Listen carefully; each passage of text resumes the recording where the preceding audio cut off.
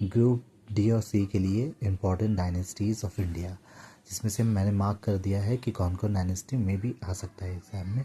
सबसे पहला मौर्य डायनेस्टी है, उनके founder Chandragupta Maurya and capital Pataliputra. यही पाटलिपुत्रा जो है आज के टाइम पर पटना कहलाता है।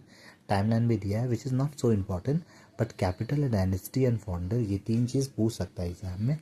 Sunga dynasty, Pushyamitra Sunga, same capital Pataliputra. Kushan dynasty, Kujula Kadphises पुरुषापुरम।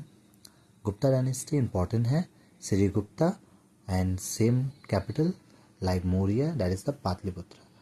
Vardhana dynasty, Prabhakaravardhana, देखियो नाम से समझ में आएगा, धना एंड धना, तो थानेसर। नेक्स्ट है राष्ट्रकूटा डायनेस्टी, कंटी दुर्गा, एंड इसका जो आपका कैपिटल है वो है मौर्य किता।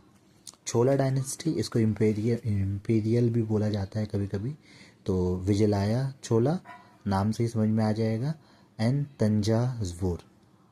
पालवा डायनेस्टी, इसके फाउंडर का नाम है सिम्हा विष्णु और इसका जो कैपिटल है वो है कुचिपुरम।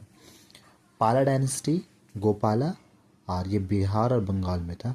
अब क्योंकि आप लोग ग्रुप सी और डी का एग्ज़ाम दे रहे हैं तो बंगाल में है, तो बंगाल के हिसाब से ये थोड़ा इंपॉर्टेंट हो जाता है। नेक्स्ट डायनेस्टी है दिल्ली सल्तनत, इंपॉर्टेंट है, कुतुबुद्दीन ऐबक। पर कभी कभी ऐसे भी पूछ लेता है एग्जाम में कि रियल फाउंडर ऑफ दिल्ली सल्तनत कौन था, तो आप लिख दिया Iltutmish, may be in case दे सकता है। Delhi capital, Vijayanagara empire, Harihara one, Hampi as a capital. Mughal dynasty सब जानता है, Babur, Agra and Delhi as a capital. Maratha empire, Shivaji and Raigad is the dynasty. And उसके बाद लास्ट आते हैं British rule India, East India companies को चलाता था, एंड उसके कैपिटल था पहले कैलकाटा, उसके बाद हो गया दिल्ली। तो ये बहुत शॉर्ट में है, इसको एक बार ध्यान से देख लेना, इससे एक क्वेश्चन ज़रूर रहेगा एग्जाम में।